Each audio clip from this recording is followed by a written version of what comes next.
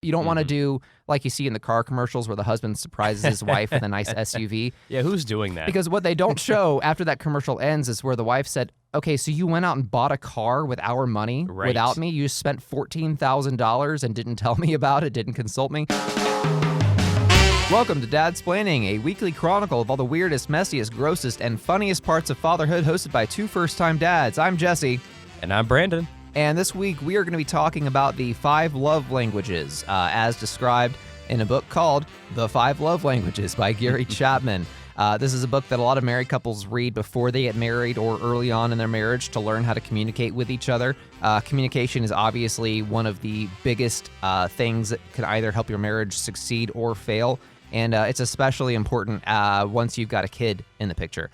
So we're going to dig into all of that, and then towards the end of the show, I'm going to talk about an article that was sent to us by one of our listeners about why Danish parents leave their kids on the curb at stores and restaurants. Very interesting read, and we're gonna pick that apart.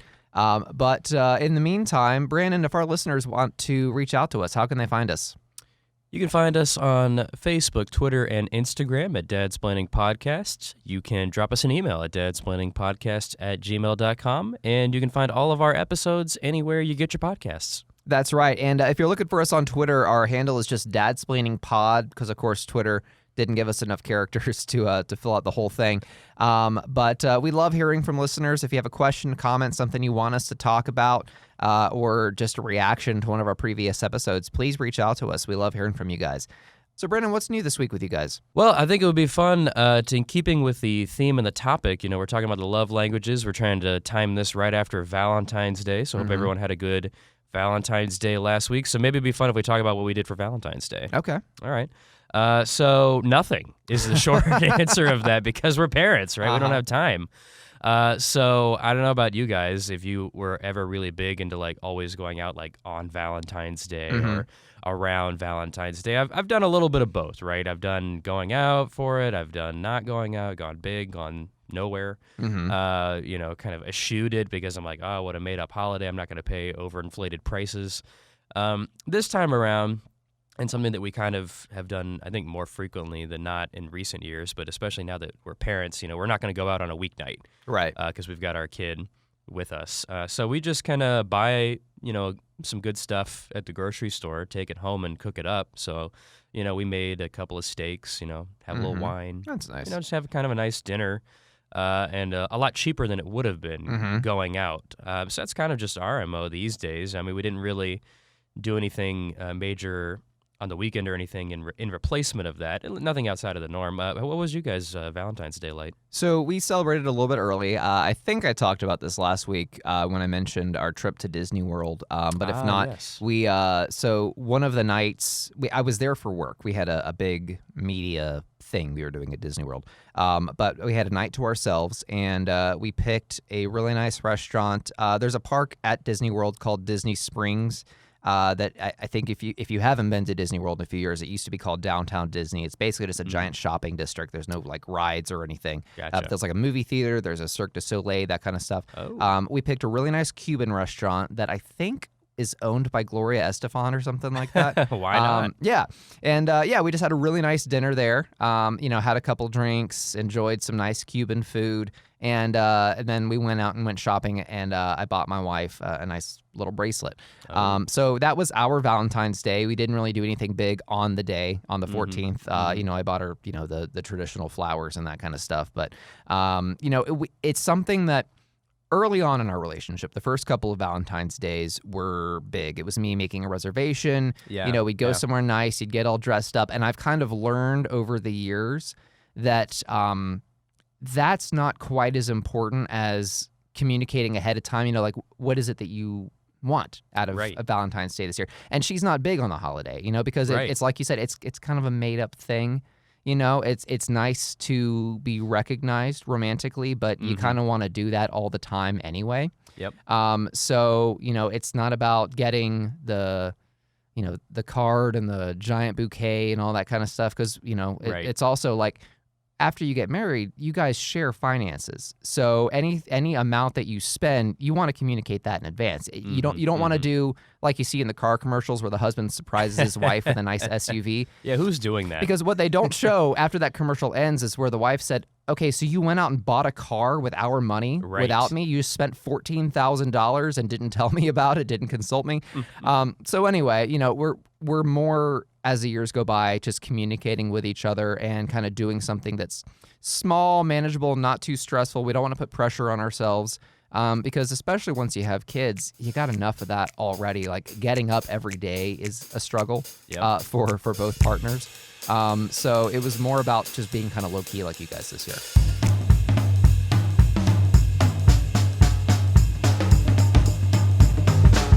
Hey, what a great segue into today's topic, talking about communication. Oh, yeah. So Jesse made several good points there about how you have to talk to one another, and Valentine's Day could be a good example of that. You want to make sure your expectations are in line, and really that's what we're going to talk a lot about today. We're talking about the 5 love languages, keeping with our Valentine's love, amour topic of the week. I know.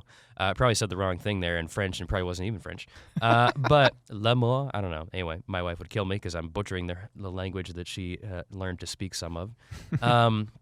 But basically, this book, and we mentioned it at the top, I believe, for those of us watching on Facebook Live, is The 5 Love Languages by author Gary Chapman. And this has been an interesting one. I have read this along with my wife a couple of years ago, I want to say, when we were pretty fresh in the marriage.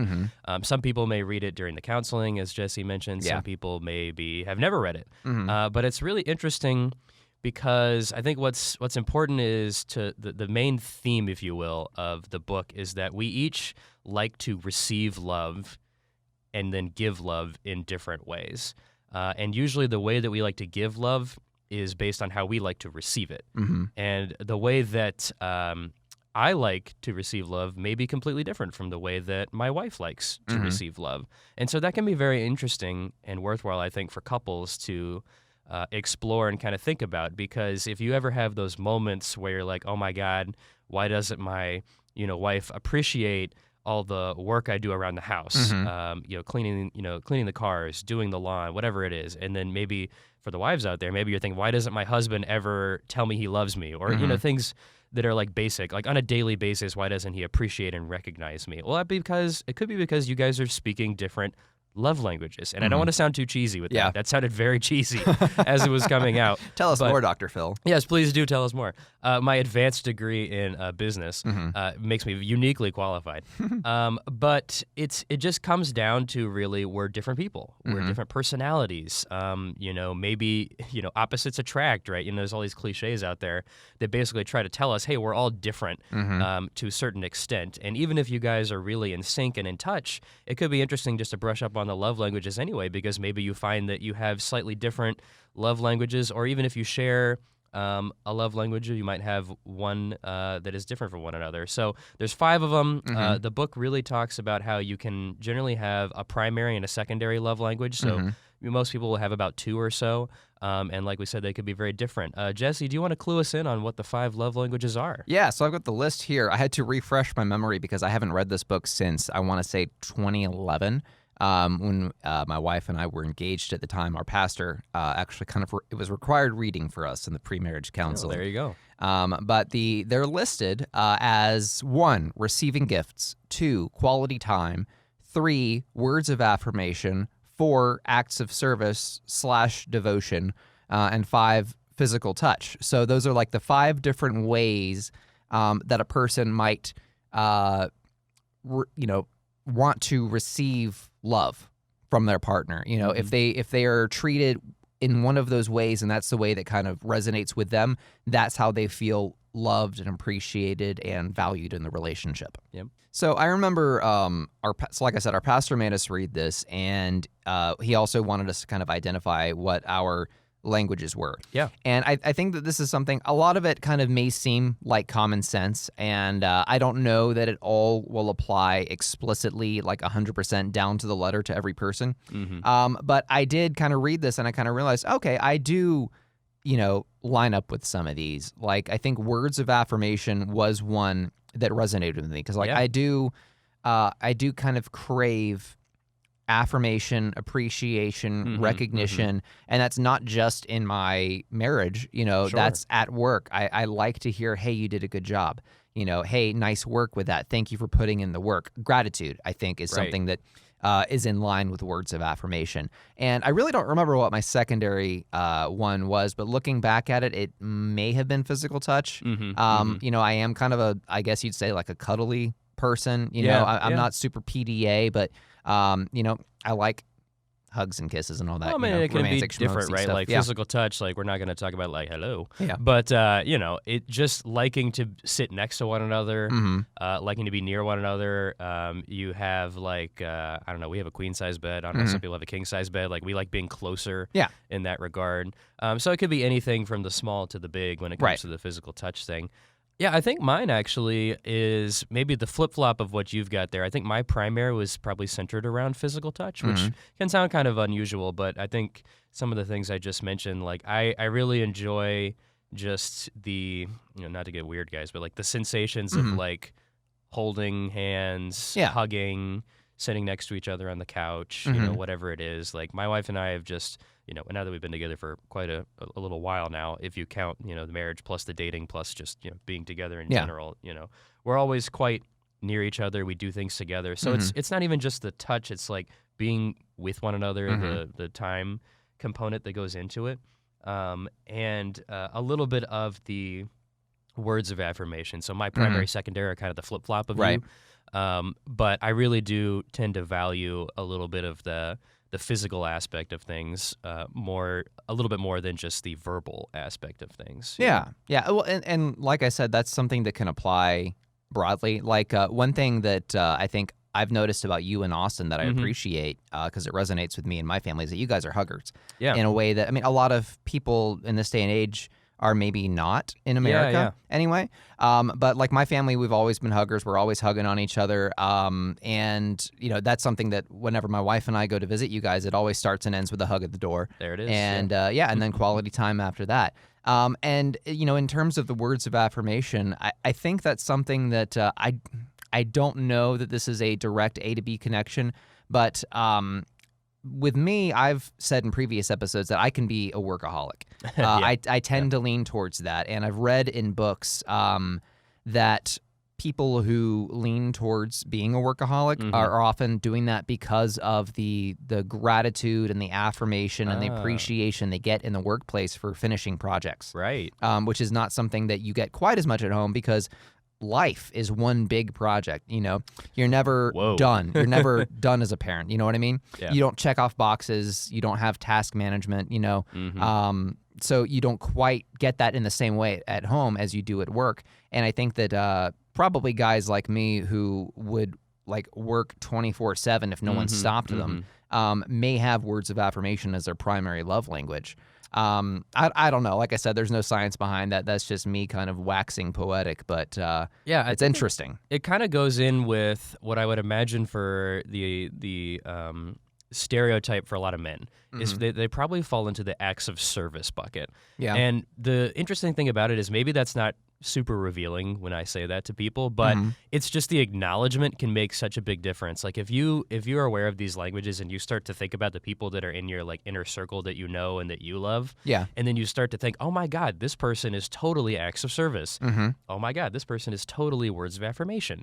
And it just opens up a whole nother level where you can really understand them, the person, right? And again, we're trying to avoid the schmaltzy and the cliche here, but it makes a significant difference, I think, in how you can understand the way that they're communicating with you. Like, for example, if you think about your own parents, like, can you identify the love languages that they have, or even maybe some of your best friends or your siblings, right? Like people who you've interacted with that you would say that you love, that you've spent a lot of time doing behaviors and things that, communicate your love, but maybe like the best way you can learn to communicate with them could even still be adapted to this day. So a quick example, right? Like, if you're a guy that really loves doing some of the things I mentioned earlier, like you love tinkering around in the yard, you love not just mowing it, but maintaining it, sprinkling it, watering it, gardens, whatever it is. You love getting your cars detailed, washing them, doing it all by yourself. If you're like a DIY kind of guy, you just think that like, oh, that's just a part of you, the masculine, the man, like, oh man, I'm like a get my hands dirty kind of guy. But ultimately, if you have a family and a wife, like you're doing those things for them. Yeah. At a certain point. And so a big part of you could be wrapped up in acts of service. Like the way that you show love has nothing to do with saying it. The way that you're doing it is through your actions. And that can be really important as a partner of someone like that to understand, because if you're craving the words of affirmation, which is one of Jesse's languages, if you're craving people, your partner saying like, I love you, you look great, you look beautiful. Like if you're looking for that daily affirmation, you may not be getting it. But what you are getting is something that's not tangible, not verbal. And if you can recognize that, you can appreciate it on a different level, and you can kind of understand like you are getting love from that person. So it kind of has a way of taking someone who might have seemed closed off or has trouble communicating their love, but they're actually communicating it to you in a nonverbal way. Right. I think the solution is, and this is what he kind of hints at in the book, is learning what your partner is looking for. Yeah. And also recognizing the way that they're giving it to you. It's like looking for their language, the language they speak, but also the language that they want to hear. Right. And that's something that both partners can learn. But me as a husband, if I'm, if I study, what's going on in the marriage, I can realize, okay, all right, my wife is, I'm looking for words of affirmation and physical touch, but maybe my wife is looking for quality time, and physical touch. I think that was one that we kind of synced up on, that was both our secondaries, I think, but her primary was quality time. Right. So then I say, okay, well, if she's looking for quality time, then I can give her more of that. And also, she's showing me quality time. So maybe I'm looking for words of affirmation, but she's giving me quality time. And of course, marriage is also about forgiveness. It's about, because everyone is going to stumble on both sides. Right. It's a dance. You're going to step on each other's toes now and then. But if I'm saying, okay, she's showing me quality time, she may not be showing me the words of affirmation. I'm just speaking generally. Sure. So maybe instead of looking for the words of affirmation, I look for the quality time, and I realize, okay, that's how she's showing love, and then I learn to appreciate that. And then on her part, it's the same thing. It's learning how I show love, and also how I'm looking for love, and then just learning to kind of communicate.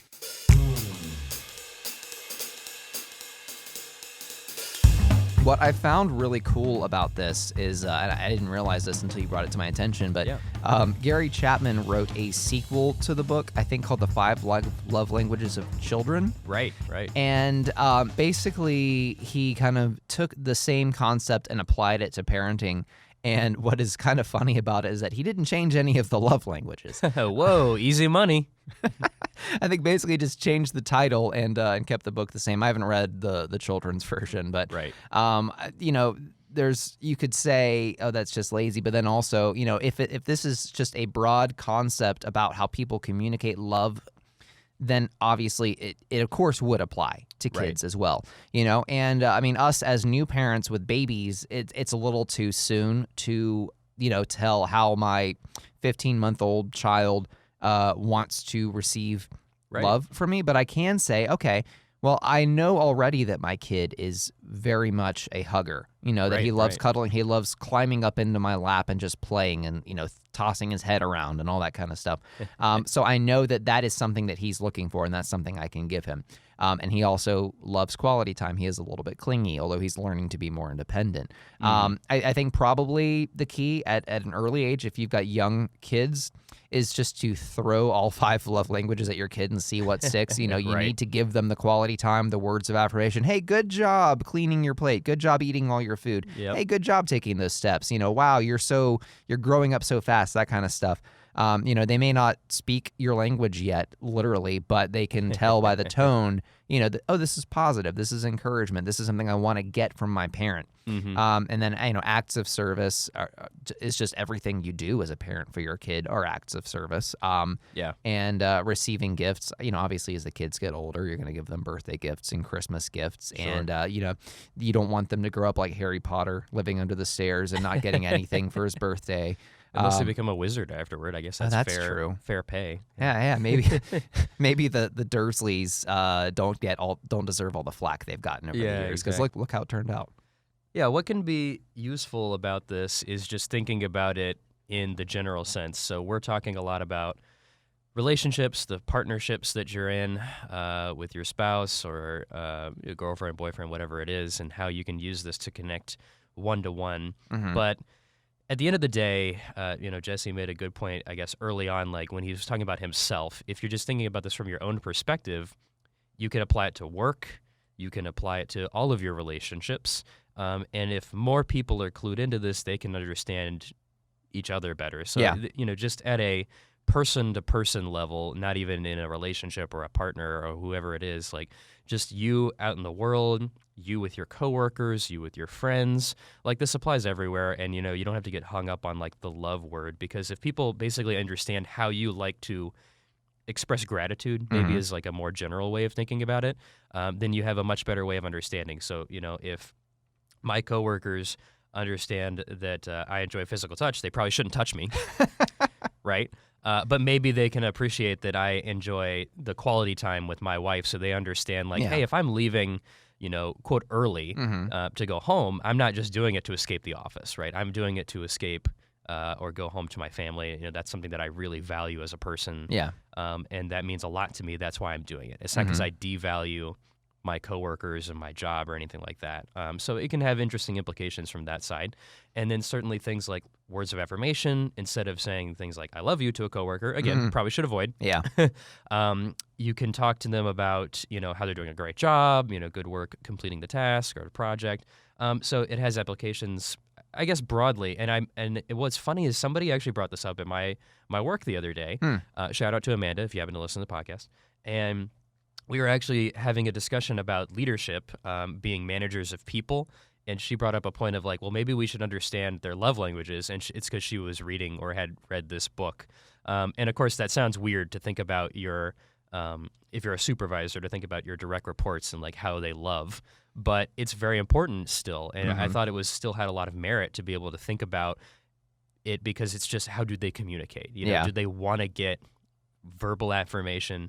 Do they want to get the nonverbal affirmation? If they're more of a shy person, maybe they're the kind of person who wants to submit the work and then you just shoot them an email. Yeah. Like they don't want to be recognized in public. They want to be recognized in private. And that or they want to be recognized with a raise. Yeah, right, exactly. Right. And that's a big difference. So, I mean, these 5 love languages are kept pretty broad on purpose, I think, because that way everyone can kind of fit into some kind of a category. Yeah. And it can apply to thinking about it for your kids as a parent, your coworkers at work, your friends. So I just think it's an interesting concept for folks to understand. And, I'm not saying everyone has to go out and buy the book. Yeah. Read the Wikipedia. Get you a head start. Yeah. Yeah. And, if you don't want to get caught in the trappings of that word love, if you want to apply this outside of just a romantic or family relationship, you might call it the 5 value languages or the 5, languages of communication, because it's something that isn't just about feeling loved, because I don't know that I necessarily want to feel loved by people that I'm not close to, but I want to feel appreciated and valued, right, by those people. So, it's just different ways that different people feel valued and feel worth something. That's what we're all looking for in life. So a little more empathy and compassion never hurts.